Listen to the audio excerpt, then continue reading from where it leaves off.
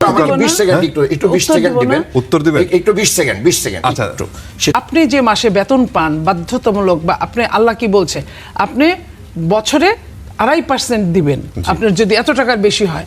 তো যারা দেয় তারা কিন্তু ওইভাবেই দেয়। আপনার বেতন থেকে যখন টাকাটা দেয় এটা জাকাতের টাকাই বলে, এটা সদগাই বলে।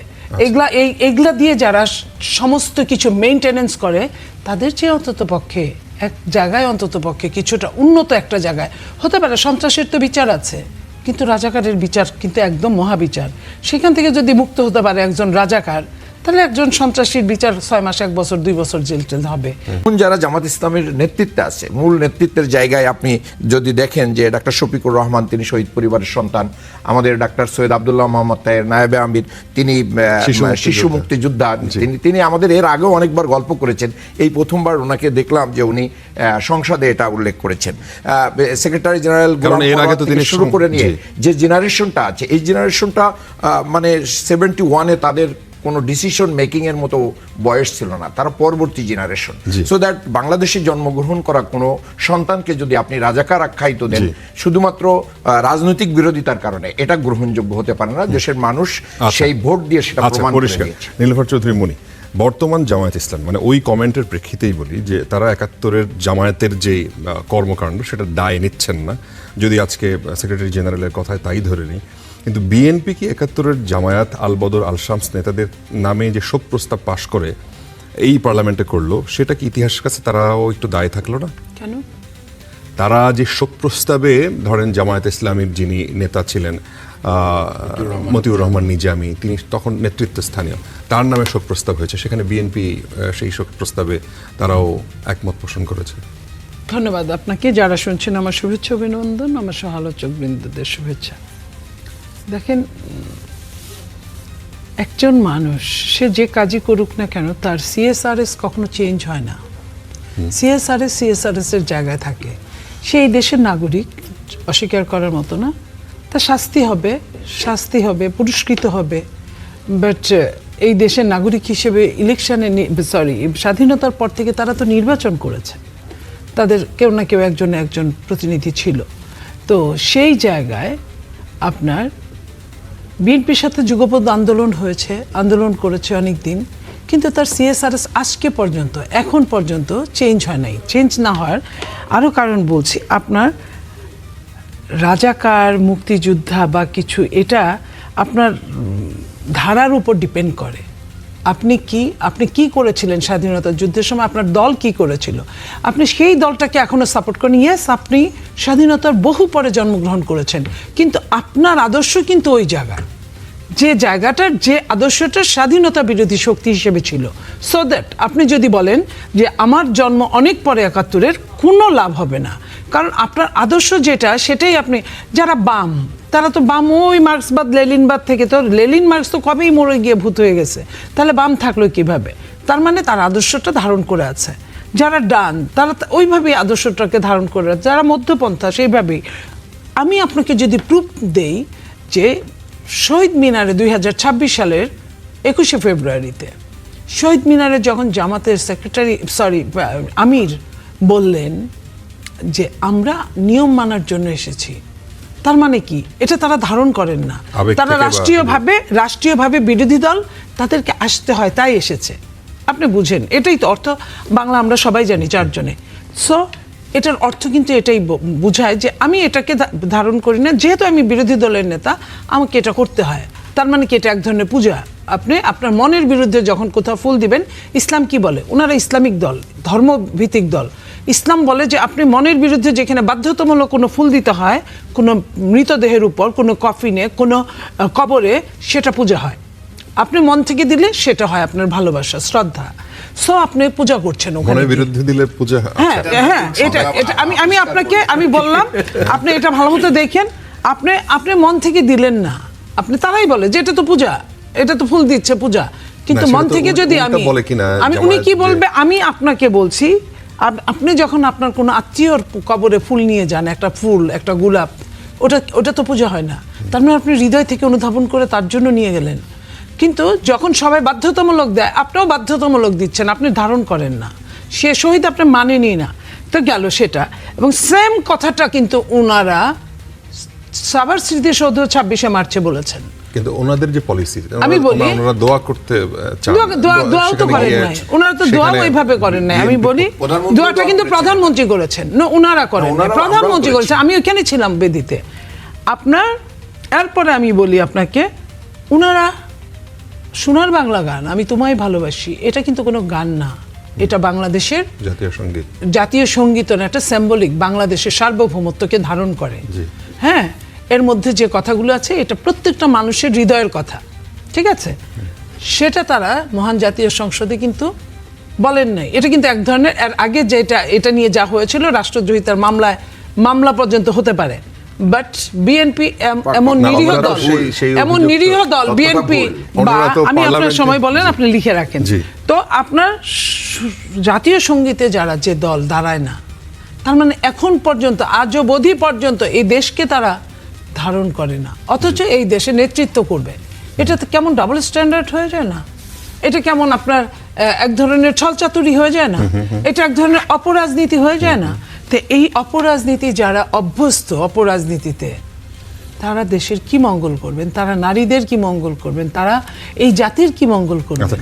এর সাথে একটু যুক্ত করি যে বিএনপির যুগ্ম মহাসচিব এবং ময়মনসিংহ জেলা পরিষদের প্রশাসক সৈয়দ ইমরান সালে প্রিন্স, উনি আজকে এটা নিয়ে বলেছেন। উনি বলেছেন যে ৭১-এর কৃতকর্মের জন্য ক্ষমা না চাওয়াই প্রমাণ করে আগের ও পরের জামাত এক ও অভিন্ন। তো আপনাদের কাছে কি মানে কোন জামাত মুক্তিযুদ্ধ বিরোধী শক্তি, ৭১-এর জামাত নাকি পরের জামাত? আইনে কি সেটা স্পষ্ট করা হয়েছে? এই সংসদে যেটা উপস্থাপিত হলো, যেটাকে আপনি ধারণ করছেন এটাই তো মেন। আপনার বয়স কত, আপনি কবে জন্মগ্রহণ করেছেন, এটা মেন না। আপনি কিন্তু ৭১-এর আগে যে অন্যায়গুলো হয়েছিল এই দেশের সাথে, আপনি কিন্তু সেই অন্যায়গুলোকে মেনে নিয়েছেন। আপনি বলেন না যে ওটা অন্যায় হয়েছিল, আমরা ওটার জন্য সরি, আমরা এটার জন্য, আমার দল এটার জন্য সাফার করেছে, আমার দল নিরঙ্কুশভাবে একদম এক কথায় সরি বলেছে। কখনো জামাত এটা বলে নাই। উনি যে এটা বললেন এটা ঠিক না। জামাত এখন পর্যন্ত ওইভাবে কোনো দুঃখ প্রকাশ করেন নাই, যেমন পাকিস্তান ওইভাবে করেন নাই। কখনো কখনো বিপদে পড়ে বলেছেন যে আমাদের ভুল ছিল, আমাদের এটা হওয়া ঠিক হচ্ছিল না। আবার তারপরেও কিন্তু আবার ওই কথাটারই পুনরাবৃত্তি হতো, যেটা যে আমরা ওই জায়গাতেই আছি। তো এখন আমার কথা হলো যে ওনারা ভেতর থেকে কতটা সমৃদ্ধ হয়েছে, ভিতর থেকে কতটা অনুতপ্ত হয়েছে, এটা বাংলাদেশের জনগণ, বাংলাদেশের প্রথিত যশা বুদ্ধিজীবী, রাজনীতিবিদ, তারা কেউই জানে না। এই জায়গাটা তারা পরিষ্কার করুক, তাহলেই তো হয়ে যায়। আপনি কি ডক্টর মোহাম্মদ আব্দুল মান্নান, আপনি কিছু যুক্ত করতে চান? আমরা অন্য প্রসঙ্গে যাব। হ্যাঁ জি, আসলে দুই দলেই একটা দ্বিচারিতা আছে বড় ধরনের। কোন দুই দল? আপনি কাকে দেখাইলেন? আচ্ছা, দুই দলেই একটা বড় দ্বিচারিতা আছে। এখানে তো আওয়ামী লীগ নাই, মানে আমি আওয়ামী লীগ কেউ নাই, কিন্তু আমি দুই দলকেই মিন করছি। দুইটা বড় দল, তাদের যে দ্বিচারিতা সেটা হচ্ছে যে দেখেন, তাদের সাথে যদি আমরা থাকি তাহলে আমরা খুব ভালো মানুষ, আর তাদের সাথে না থাকলে আমরা রাজাকার, আমরা জঙ্গি, আমরা মানে ফান্ডামেন্টালিস্ট, আমরা এক্সেট্রা। এই দুইটা দলই কিন্তু দেশ, জাতি, গণতন্ত্রের প্রয়োজনে এই জামাত ইসলামীকে সাথে নিয়েছে এবং একসাথে বসে মানে সমস্ত কার্যক্রম পরিচালনা করছে লং টাইম। কি দেশ জাতির প্রয়োজন নাকি সংসদে ক্ষমতার প্রয়োজন? হ্যাঁ, দুইটাই আমরা ধরে নিই, আমরা গিয়েছি দেশ জাতি গণতন্ত্রের প্রয়োজন। আচ্ছা, তারা এটা আমাদের ব্যাখ্যা। আর কেউ ক্ষমতার মোহে যদি সবকিছুকে জায়েজ করে সরকারে ছিলেন না, আমরা সরকারে ছিলাম, ঠিক আছে, তার আগেরটা আমরা কিন্তু নিঃশর্ত মানে সমর্থন দিয়েছি, কোনো প্রকার বেনিফিট আমরা গ্রহণ করি নাই। দেখেন, এই যে দ্বিচারিতা, আওয়ামী লীগ এবং বিএনপি সব জায়গায় রাজাকারদের বড় ধরনের পুনর্বাসন কেন্দ্র ছিল। দুইটা দলই রাজাকারদেরকে পুনর্বাসন করে বাংলাদেশের রাষ্ট্রীয় ক্ষমতাকে এনজয় করেছে। কিন্তু তাদের সাথে থাকলে সে সময় আপনি মুক্তিযুদ্ধের পক্ষের শক্তি। এই আওয়ামী লীগের সাথেই তো আমরা বিএনপির বিরুদ্ধে আন্দোলন করেছি। স্টুডেন্ট, দেখেন, আমরা আন্দোলন করেছি এই মুহূর্তে দরকার কেয়ারটেকার সরকার। কি আন্দোলন? সেই আওয়ামী লীগ আবার কি করেছে? এই কেয়ারটেকার সরকারকে ধ্বংস করেছে। আবার আলবদর, আলশাম যে বাহিনীগুলো ছিল, এটা কিন্তু সরকারিভাবে ওই সময় নিয়োগপ্রাপ্ত একটা আধা সামরিক বাহিনীর মতো করেই ছিল। কাজে এটা জামায়াত ইসলামী তৈরি করে নাই, এটা ওই সময়ের সরকার তৈরি করেছে। সেখানে যারা যোগদান করেছে সেই বাহিনীগুলো, তাদের নাম আছে, তালিকা আছে, তারা বেতনভুক্ত ছিল। সেখানে কয়জন মুসলিম লীগ, কয়জন নিজাম ইসলামী, কয়জন জামাত ইসলামী, এগুলো আইডেন্টিফাই না করেই ঢালাওভাবে আল বদর আল শামস বলা হয়। এবং এই ফজলুর রহমানের মতন কিছু তথাকথিত মুক্তিযোদ্ধা, তার তালিকায়ও দেখলাম যে আমি এখনো যাচাই বাছাই করতে পারি নাই, কিন্তু সোশ্যাল মিডিয়ায় ঘুরছে যে উনি কোনো লিস্টেড কোনো মুক্তিযোদ্ধা না, এটা আল্লাহ ভালো জানে। তো এখন আমাদের সিনিয়র একজন নাগরিক এবং সাবেক সচিব উনি বলেছেন যে আমরা হাত কাটি, রক কাটি, অনেক ধরনের কথা বলার চেষ্টা করেছেন। আমি ইসলামী বিশ্ববিদ্যালয় কুষ্টিয়া ইসলামী ছাত্র শিবিরের সভাপতি ছিলাম এবং আমি স্টুডেন্ট লাইফে মৌলানা মতিউর রহমান নিজামীকে সংসদে চ্যালেঞ্জ করতে শুনেছি যে জামাত ইসলামী কোথাও রক কাটার রাজনীতি করে না, যদি করে আপনারা প্রমাণ করতে পারেন আমরা রাজনীতি ছেড়ে দেবো। কোথাও জামাত ইসলামী কোনো জায়গায় রক কাটার রাজনীতি করে না। চট্টগ্রামের সম্প্রতি সিটি কলেজে ছাত্র দলই আমাদের একটা ছেলের একবারে রগ এবং পায়ের শুদ্ধ কেটে ফেলেছে। তাহলে অন্য নিজেদের ত্রুটি ঢাকতে মিডিয়াকে ব্যবহার করে যারা এইগুলো আমাদের বিরুদ্ধে অপবাদ দেয়, এটা মূলত আদর্শের কাছে পরাজিত হয়ে এটা দেয়। আর যদি আমাদের এত অপবাদই থাকতো তাহলে ডাকসু, জাকসু, রাকসু, চাকসু বিভিন্ন জায়গায় ছাত্র সমাজ তো আমাদেরকে ওয়েলকাম করতেছে।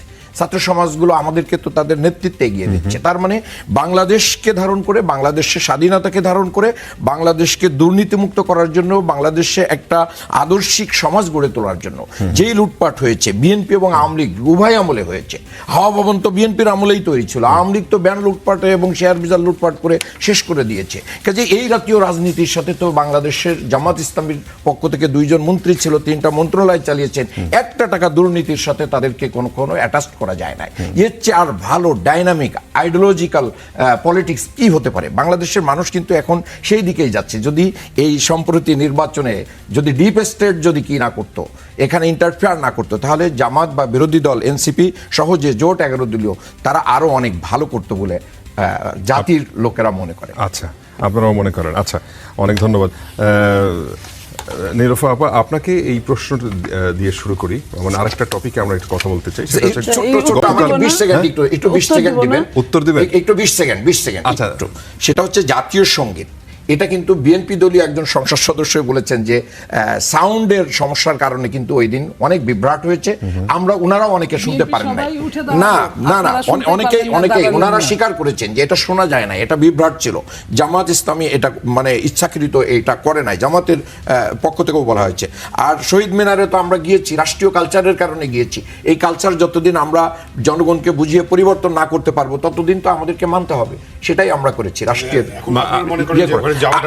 ওনারা মনে করেন কিনা যে যদি এরকম শহীদ মিনার তৈরি করে যদি এরকম যায় নীরবতা পালন করলে, এরকম ফুল দিলে যদি হয়তো ওনাদের নিজেদের মা বাবা পারিবারিক গোরস্থান যেগুলো আছে সেখানে তৈরি করে ওনারা ওই সিস্টেম চালু করুক। যদি ওনারা এগুলো চালু করে তাহলে তো বাংলাদেশে ওনারা জায়েজ মনে করে কিনা নিজেদের আত্মীয় স্বজনের কাছে যাই, এটা কি কথা বলেন আপনি? দেখেন, যখন কেউ বিদেশ থেকে আসে যার আত্মীয় স্বজনের খবর ফেরত করে, নির্দিষ্ট গণ্ডির ভিতর ওটা যদি ভালো কাজই হয়, ওটা যদি ন্যায় কাজই হয়, এটা যদি শরীয়ত সম্মত হয়, তাহলে ওনারা নিজেদের আত্মীয় স্বজনকে এখান থেকে বঞ্চিত করবেন কেন? এগুলো পারিবারিক না, ওইটা তো আর একটা মানুষের স্মরণে না, আমি বলছি একটা ঘটনা স্মরণে, এটা রাষ্ট্রীয় আচার এবং সংস্কৃতির সাথে কালচারের কারণেই জামাত গিয়েছে। জামাত যেখানে রাষ্ট্রের সাথে সম্পৃক্ত বিরোধী দল হিসেবে বিরোধী দলীয় নেতা উনি গিয়েছেন, তার মানে এটাকে ডিনাই করা। আচ্ছা, ঠিক আছে, যতদিন না চেঞ্জ হবে ততদিন আপনি কিছু বলতে চেয়েছিলেন। জি, আমি এখানে বলতে চাই যে আসলে এই যে হাওয়া ভবন নিয়ে কথা বলে এখন পর্যন্ত যে জিনিসটাকে একটা মিক হিসেবে ব্যবহার করে কোনো সরকার এটাকে আজকের মাননীয় প্রধানমন্ত্রীকে মানে চরমভাবে হেয় করার জন্য চেষ্টা করেছিল। আচ্ছা, ওনারা বলছেন, ওনারা তো সঙ্গেই ছিলেন সেই দিনও 1 থেকে 6 পর্যন্ত মন্ত্রী পরিষদও নিয়েছেন, তো ওনাদের নামেও তো মামলা হয়েছিল। আপনি ওনাদেরও কিন্তু অনেকগুলো মামলা হয়েছিল, টিন কেলেঙ্কারি মামলা, এই মামলা সেই মামলা। তা আমরা কিন্তু এগুলা বলি না, গেল 1 নাম্বার।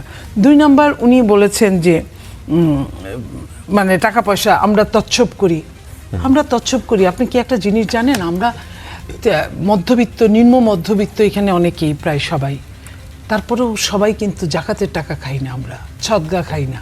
এটা কিন্তু মুসলিমদের, আমাদের রাসূলুল্লাহ সাল্লাল্লাহু আলাইহি ওয়াসাল্লাম কিন্তু এটা করেন নাই। আমরা ওই জায়গাটা আমরা খেয়াল করি। আমাদের অনেকে সংসার চলে না, তারপরেও কিন্তু আমরা জাকাতের টাকা খাই না।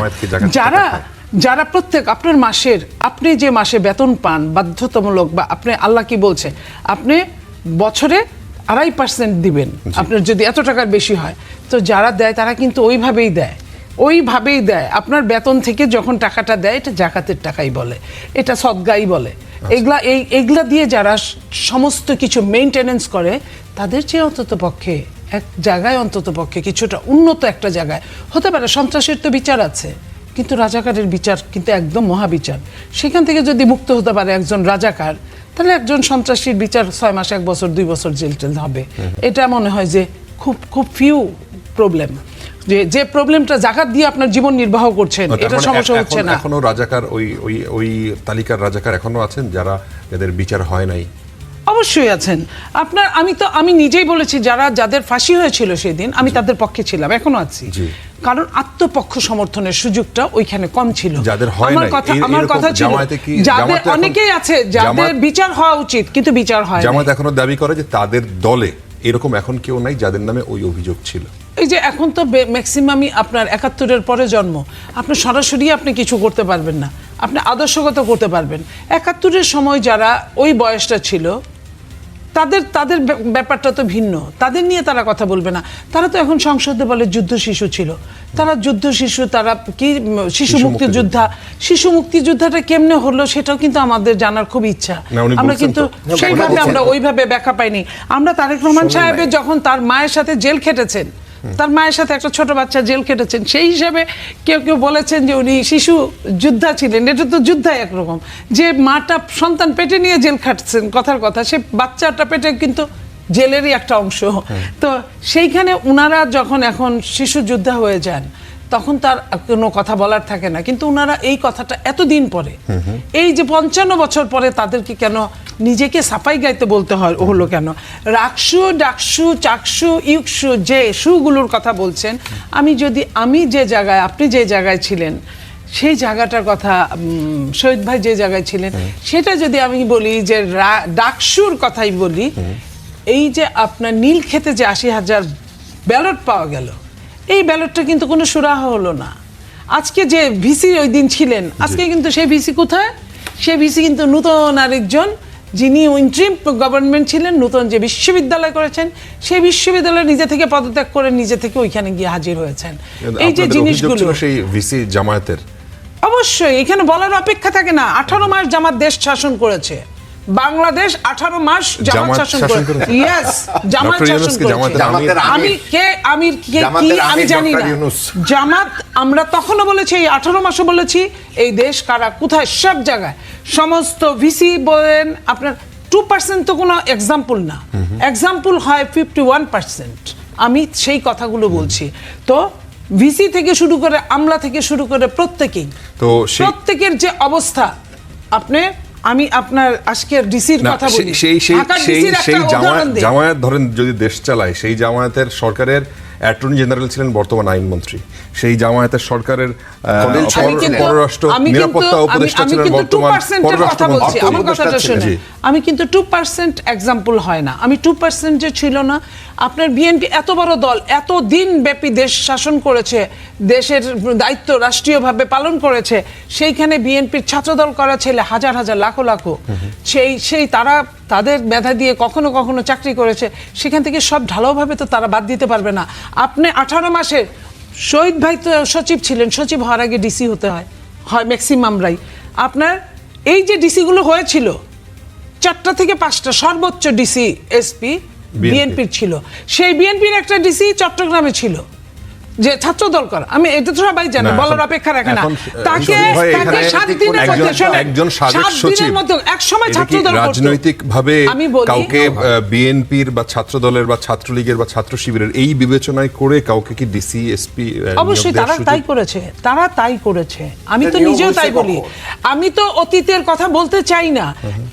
ওই একটা ডিসি, 4-5টা ডিসি এসপির মধ্যে ওই একটা ডিসি একসময় ছাত্র দল করতো, অনেক আগে। শোনেন, সবাই ছাত্র শিবির, অবশ্যই তারা গুপ্ত সুপ্ত যেভাবেই হোক না কেন। আমি আপনাকে একটা এসপির কথা বলবো, সে ছাত্র বুঝাইতো বারবার যে আমি অমুক হলে ছিলাম, জসিমউদ্দিন হলে ছিলাম, আমি তো একসময় ছাত্র দলের এই করেছি। তো আমি তার ওইখানে গিয়েছি, তখন তার এলাকার একজন লোক ছিল ছাত্র দলের, বের হয়ে এসে বললো যে আপা, তার ফুল ফ্যামিলি জামাত, তার 24 তো জামাতের বংশধর জামাতের family থেকে ছাত্রদল করে আমি না? বলি দিস ইজ কল্ড গুপ্ত। আচ্ছা। আমি ওইটাই বলতে চাচ্ছি, আমি বলছি ছাত্রদল করা দোষের না, ছাত্র লীগ করাও দোষের না যদি সে অন্যায় না করে, জামাত শিবির করাও দোষের না যে শুধু অন্যায় না করে, কিন্তু অন্যায়টা ওইখানে যখন আপনার পরিচয়টা অন্য পরিচয়ে আপনাকে বড় হতে হয়। আচ্ছা।